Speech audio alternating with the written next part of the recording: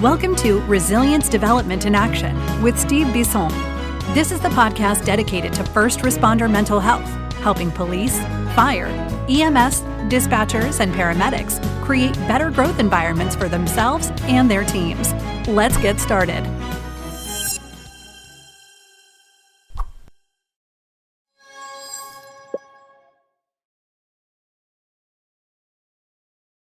You know, you've heard me talk about this before. GetFree.ai. Great for your note-taking, good for your transcript, good for your goals, good for everything that you do in a HIPAA-compliant nature. And if you use code STEVE50 at checkout, you will get $50 off your first month. And also, if you get a whole year, you will also get 10% off the whole year. But GetFree.ai has freed me to do more things with my life, including work on other passions. So get freed to do your notes, get freed from doing your goals. GetFree.ai with code STEVE50 to get $50 off your first month. Well, hi, and welcome to episode 233 of Resilience Development in Action. If you haven't listened to episode 232, it was with Douglas Wyman. I don't know if you know him, but he's a police chief, correctional staff guy. He's a trainer. He's been in the military. He's got all this experience, so it's really cool. So I hope you enjoyed that episode. But episode 233 is going to be with Joe Rizzuti. Yep. Joe and I have been trying to get in contact for years. Yeah. 3 years. We've known each other. Yeah. And you know what's funny is I share this story because I think it's funny. They say the same thing about me, so that's why I like that. I'm like, here's Joe's number. He's a little rough around the edges, but you can give him a call. Yeah. And I'm like, oh, okay, that's not a good presentation. I call you up, and we had a conversation for 30 minutes the first time without even stopping. Yeah. So for me, I always think like, do people really like pay attention? Because like, I wear it as a badge of honor. I grew up in the city of Revere. I was a Revere police officer. We're one of the greatest police departments, I think, in the country. I've been through a lot in my life. I got into mental health to help the first responders. Not a big fan of some of the people in your profession, the way they look at our profession, and I'm not going to change who I am. That's who makes me who I am, and I think I'm pretty effective of staying true to myself. And that's what we're teaching people, so that's why I'm not going to change. Whenever you get it, well, after this, because this is a private conversation I had with someone, I'll explain how some of these therapists are completely clueless as to what you guys do. We need them, we love them. But I don't want to put someone on the spot because I know they listen, so if you know who you are, then you can yell at me, but I'm not sharing the story here. But Joe, you know, I feel like I've got to know you. Yeah. We just had like 30 minutes of conversation without even trying. Yeah. But I don't think my audience knows who you are, so can you introduce yourself? So, you know, I grew up, Italian American. If you think of The Sopranos, that's not too much far from what Revere was. I grew up in the 70s. Dad walked out, two-bit wise guy, my grandfather worked for the DPW, great guy. My uncle, one of my heroes, was a firefighter. I wanted to be a firefighter. I don't do heights. And my stepdad was in the military. He was a career Army soldier. I had a learning disability severe growing up as a kid. I was the fresh kid, always in trouble. Arrested at a Building 19 for shoplifting. And thank God that, it was a stupid thing, but alcohol was involved as a kid. And then grades were horrible. And then I had this amazing teacher who was a World War II veteran that I connected with. And a woman named Mrs. Racer and her husband, Vinny Maleko, who was a psychologist for the city, who they believed in me. And there was other teachers that, they seen something in me. And it wasn't until my senior year where they had this gentleman come in. He looked like Jesus Christ with a satchel. And he was from my neighborhood. He was an undercover Mass State Trooper. One of the two brothers, the Michello brothers. I'll never forget it. And then as a kid, I remember my mom introducing me to an old MDC cop named Red Dog, and I was always intrigued about policing, but I was told I would never amount to any. You couldn't do it because you can't spell. And then this one teacher told me, "Why couldn't you?" And that was it. And I actually went in the military, and it changed my life. It literally changed my life. And that's where it started. yeah, and it was hard. I was the worst soldier going. If I barely made it out of the police academy. I went in as an MP. My dad was a National Guard recruiter, and it's a funny story. I think he wanted to get his quota, but he wanted me to do like mechanic work or something like that. But I was determined to change my life. I wanted to get into law enforcement, and I come home and he started laughing and he said, they're going to kick your rear end. And then went down there and they kicked my rear end. And I was the last to graduate, but it was such an accomplishment for me that I come home, went on to set records with the Mass. I got a job working for the Guard full time. Okay. I became a National Guard recruiter at the old Commonwealth Armory. I was the youngest recruiter in Guard history at 20 years old. I did really well for myself with them. But I always had my eye on the prize. And I was still working with the military police units. I kept my skill set up, and that was it. And then I finally got my break. And I could have went to the state. I could have went to any police department. But it was just something unique about Revere in the way it matched my personality. And it was the best thing I ever did. I was actually going to say exactly that. And for those of you who are not from the Massachusetts area, yes, Revere. Yeah, it's the people are just amazing. They're colorful. They're characters, hearts of gold, and it just working there. And the job was really, I call it no adult supervision. We were able to do whatever we wanted to, which is good and bad. But we were able to do police work, and I was exposed to some of the most craziest cases. I carry one of those cases in retirement. I'm working a cold case now, a very high-profile cold case. Yeah. Susan Taraskowitz. I'm working with a retired state trooper, MDC cop.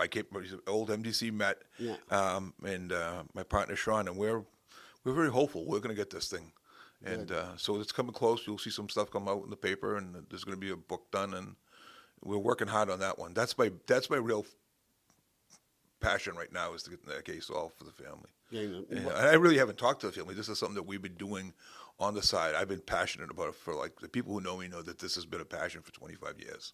Right. So that's who I am. Well, you're a little more than that, Joe. Yeah. Well, yeah. I right before the interview we were talking about getting in trouble when you were the National Guard. Yeah. But yeah, I think that what I'm fascinated by is that you've made it a mission about something is near and dear to my heart, just like it is to you. Not only are you working that cold case, and I know that cold case, so I'm happy you're working on it. You are someone who has advocated not only for people with mental health issues in the service and the first responder, emergency responder world. You made a mission to spread it as far as you can. Yeah, and it hasn't been easy. I am very, very, very blessed. 14 years ago, back up. The way I got into it was I had a series of traumas, and yeah, I was gonna say there's got to be a story. Yeah, there's a great story in Revere. Being Revere, the first one, believe it or not, and we'll get into onsite in a minute. I worked a year without an academy because they did that back then.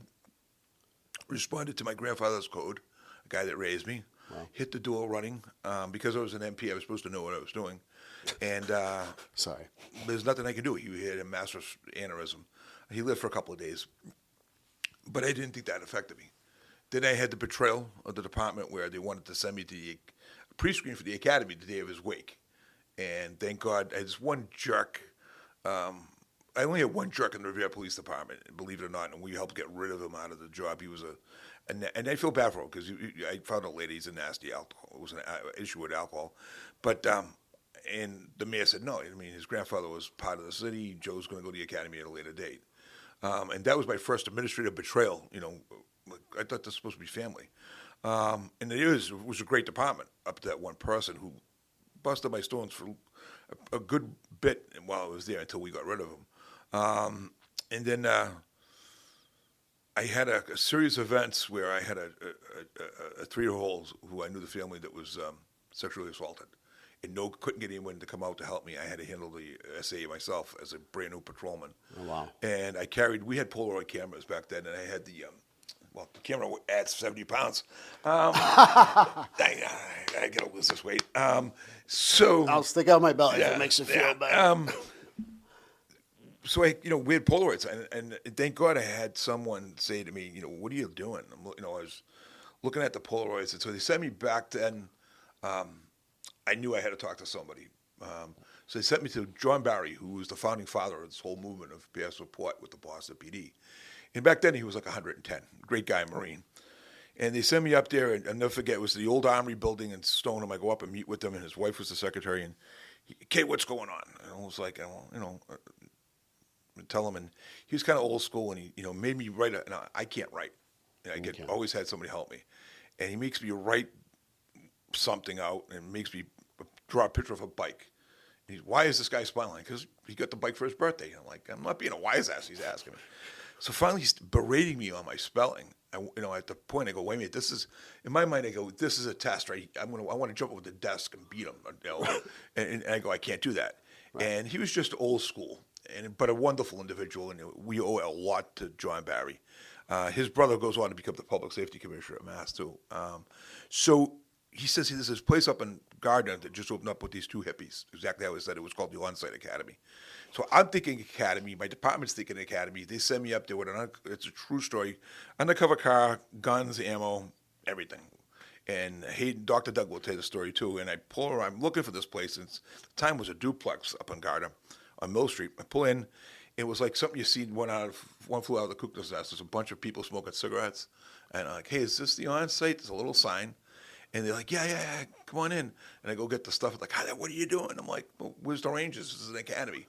No, you've been screwed over. This is mental health, and I want it out of there. And then I meet this, I come in, they feed me. The food was amazing. And then I meet this amazing individual who changed my life. It was Dr. Hayden Duggan. And he calls me into his office, and how you doing? I said, I made the mistake of saying fine, which you never do to Dr. Duggan. And he realized that, wow, this is going to be my career, and I love this guy. And it was that time that he offered me to come back for a week and to get involved with peer support. It was 96, and we were just getting the Mitchell model going here in Mass. So I paid for it out of my pocket. Well, back up, I go to the Revere Police Department and say, hey, listen, I want to go up there. And they told me, no, you don't have a problem. Mind your own business. I took vacation and went up there and got trained myself, and I interceded with the union and became the peer support person. Went over to Boston PD, which was the founding fathers of this movement. And I hooked up with them, and that's how we started. And I never looked back. And when I retired, I've realized I had an issue with the bottle, and I got sober thanks to Boston, and I stuck with On-Site.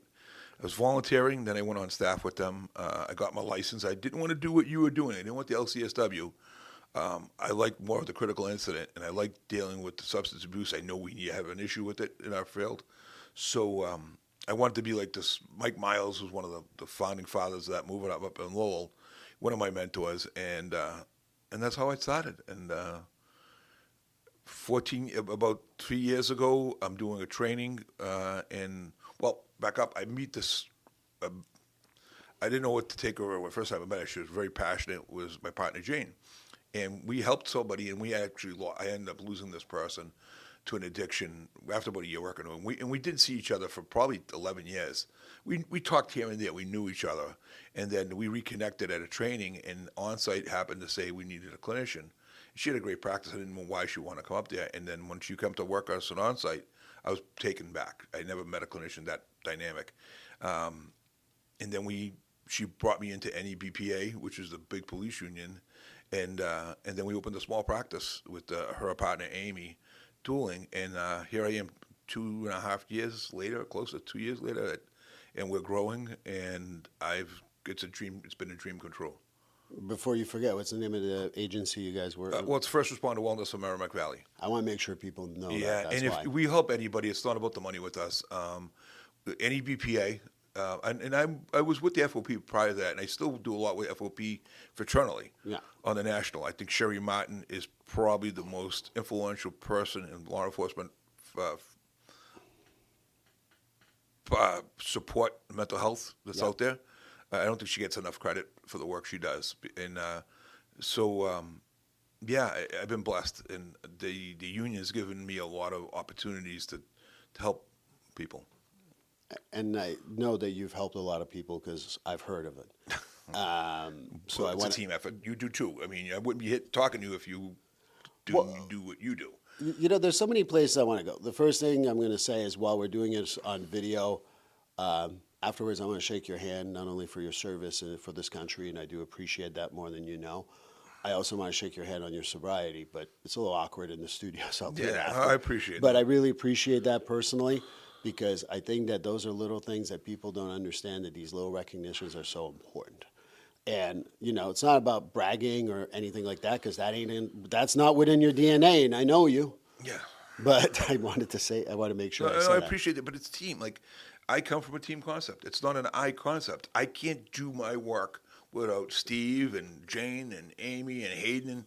And if this is why I almost got fired from on-site, and people who know me, I'll speak up, and I will, if you're disrespecting our first responders and you're out here for the money, I will open up a can of whip ass and I will expose you. And my mouth gets me in trouble.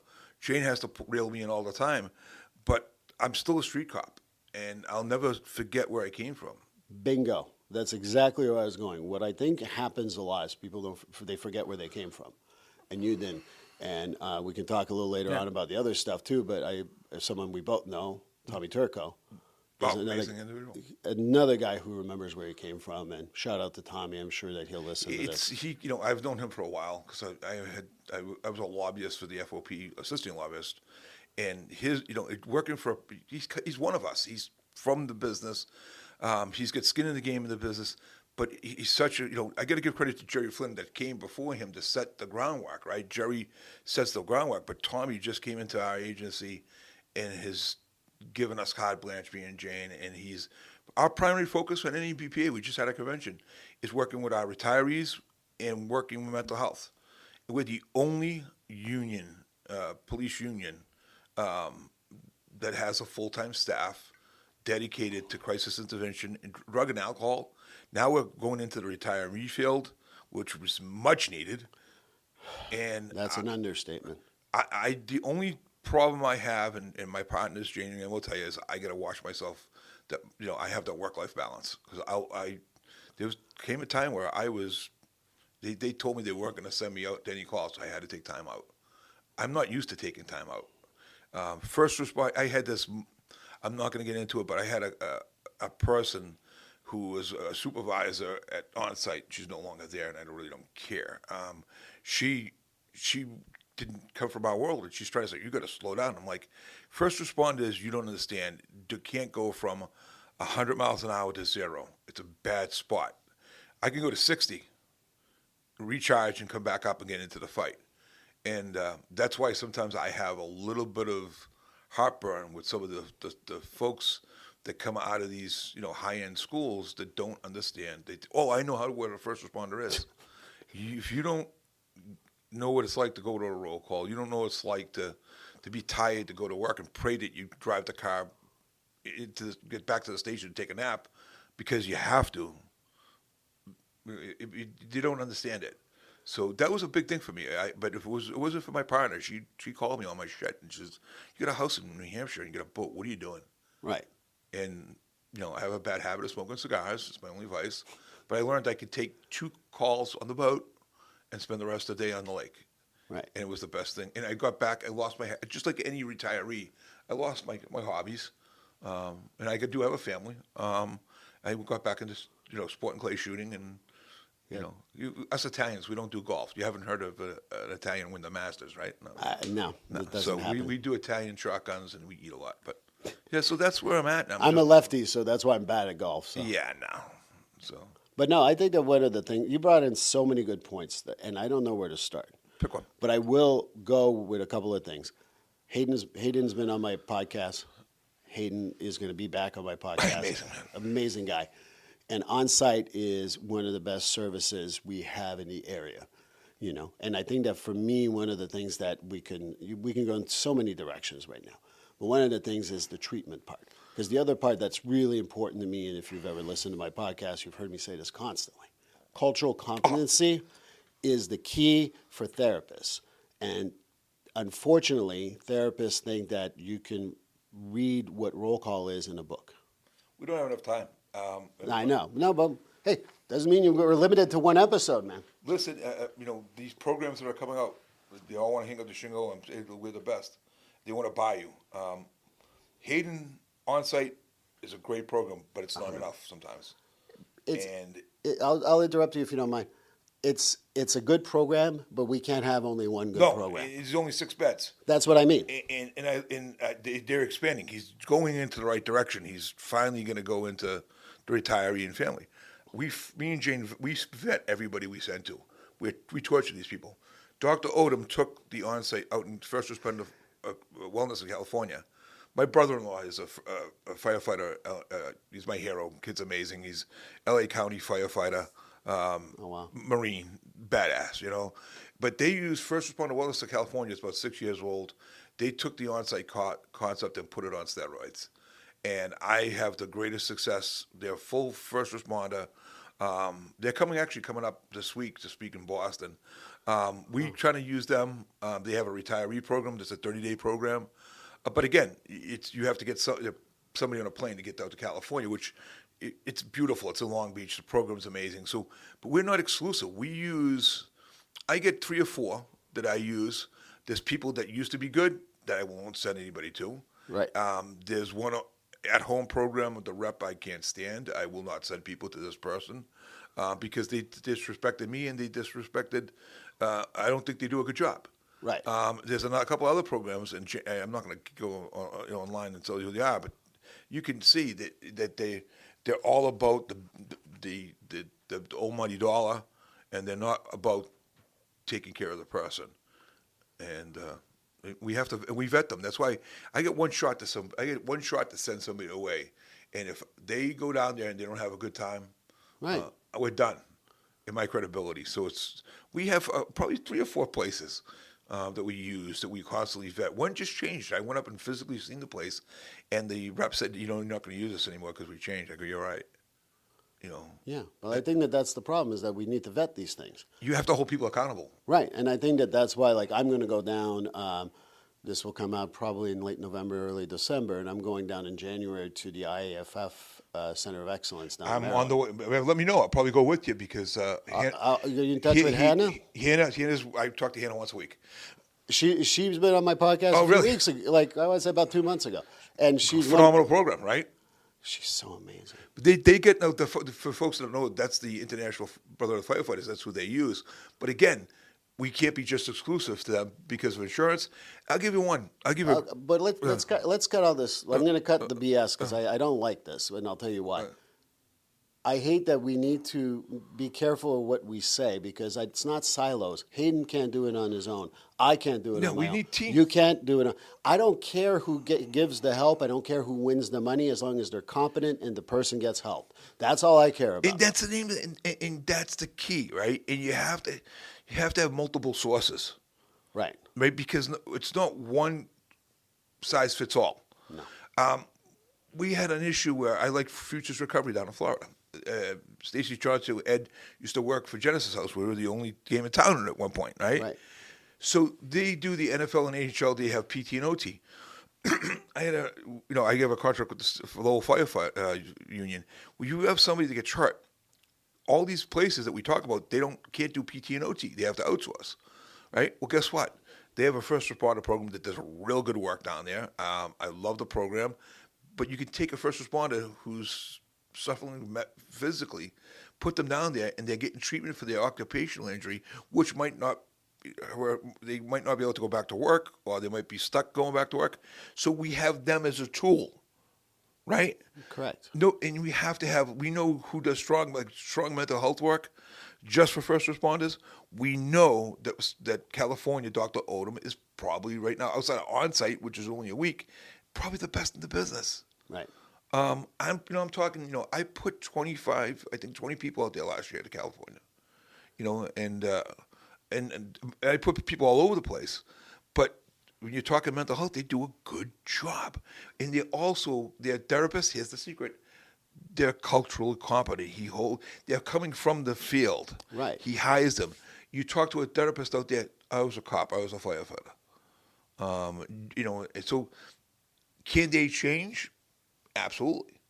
Our job is to keep on top of them So Right. That's all, And I think that's the mentality that I want to change. This is some of the stuff We went pretty quick. Oh no! Well, I mean, I'd love to keep you on, but we'll see what we can do.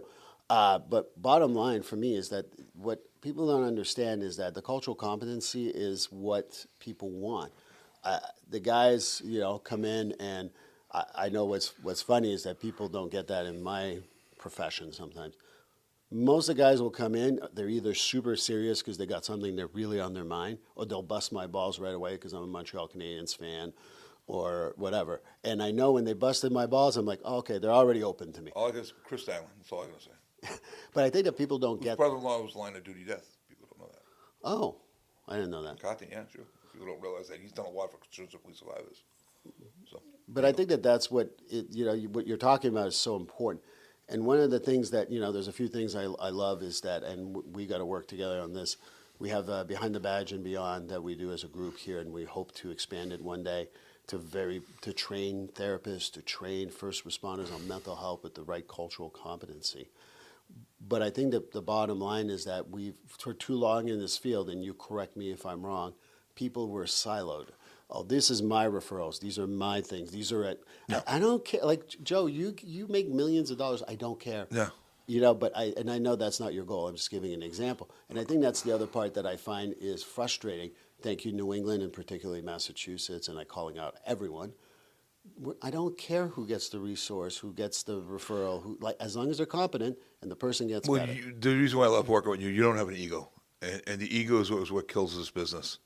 And I could talk hours on that with some of the leaders on law enforcement, and that they hurt our people. But yeah, I want to be right sized. As soon as I get out of being right sized, that's when I go back to selling hot dogs. Which I want to do this for 5 years. I want to have an end game. I'm fortunate to survive retirement 13 years. I got a 17-year-old great son. He's going to be going to college. Right. I want to have an end game. I think that's the other part too. Is I talk a lot, and again, another thing we can go to. You talk about retirees. That's the whole concept. But like how many times did I read the stat that was it like 5 years? Yeah, And 5 years. Still the same. And I tell these guys I have a couple of guys getting close to retirement right now, and I said to them, we're going to start talking about it. Well, it's in 2 years. I'm like, it's time to talk about it now. We can do a whole segment on our program, but we just had a chief from Bolton just dropped of a heart attack. I know. I just saw that. He's a great guy. So. And he's a community guy, which is... Yeah, if you don't have a plan and a purpose, we're adapting the recovery coach model to retiree coaching with NEBPA. And Tom Turco's the key. Tom Turco's the guy that said, hey, this is going to be done, and let's do it. And go and did it. So we're I'll tell you later. I'll tell you off camera what we're doing with that. But yeah, we're going to be people can retire. You could be on the job a week and get hurt and have to retire. So it's important that we expose that to everyone. You expose everyone, and one of my first interventions, I was working with a Mass State Police, who someone told me there was someone line of duty death. And everyone was checking on him for the first couple of weeks. He's like, I don't know what to do anymore. I said, that's the problem. You can't, 2 weeks, people, grief does not have a timeline. It's not like 2 weeks, you're good. And he said he continued following up until, I don't know, I'm assuming he still is. And he's like, that changed that partner's life, that woman's life. As we end this, I could say is if you have somebody going on internal investigations, you get somebody entry, check on them. Just keep checking on them. Get them to Steve. Reach out to me. Mass Peer Support Network. Call on site. Check on them. So. Well, what I'm going to do is I'm going to say let's finish the episode here, and I thank you for your time. And we'll put all your links. Too quick? No, it's not going to be too quick. We're going to do this again. Okay. All right. And for those of you who are going to be joining us for episode 234, I'm looking forward to it, and I'll talk to you then. Please like, subscribe, and follow this podcast on your favorite platform. A glowing review is always helpful. And as a reminder, this podcast is for informational, educational, and entertainment purposes only. If you're struggling with a mental health or substance abuse issue, please reach out to a professional counselor for consultation. If you are in a mental health crisis, call 988 for assistance. This number is available in the United States and Canada.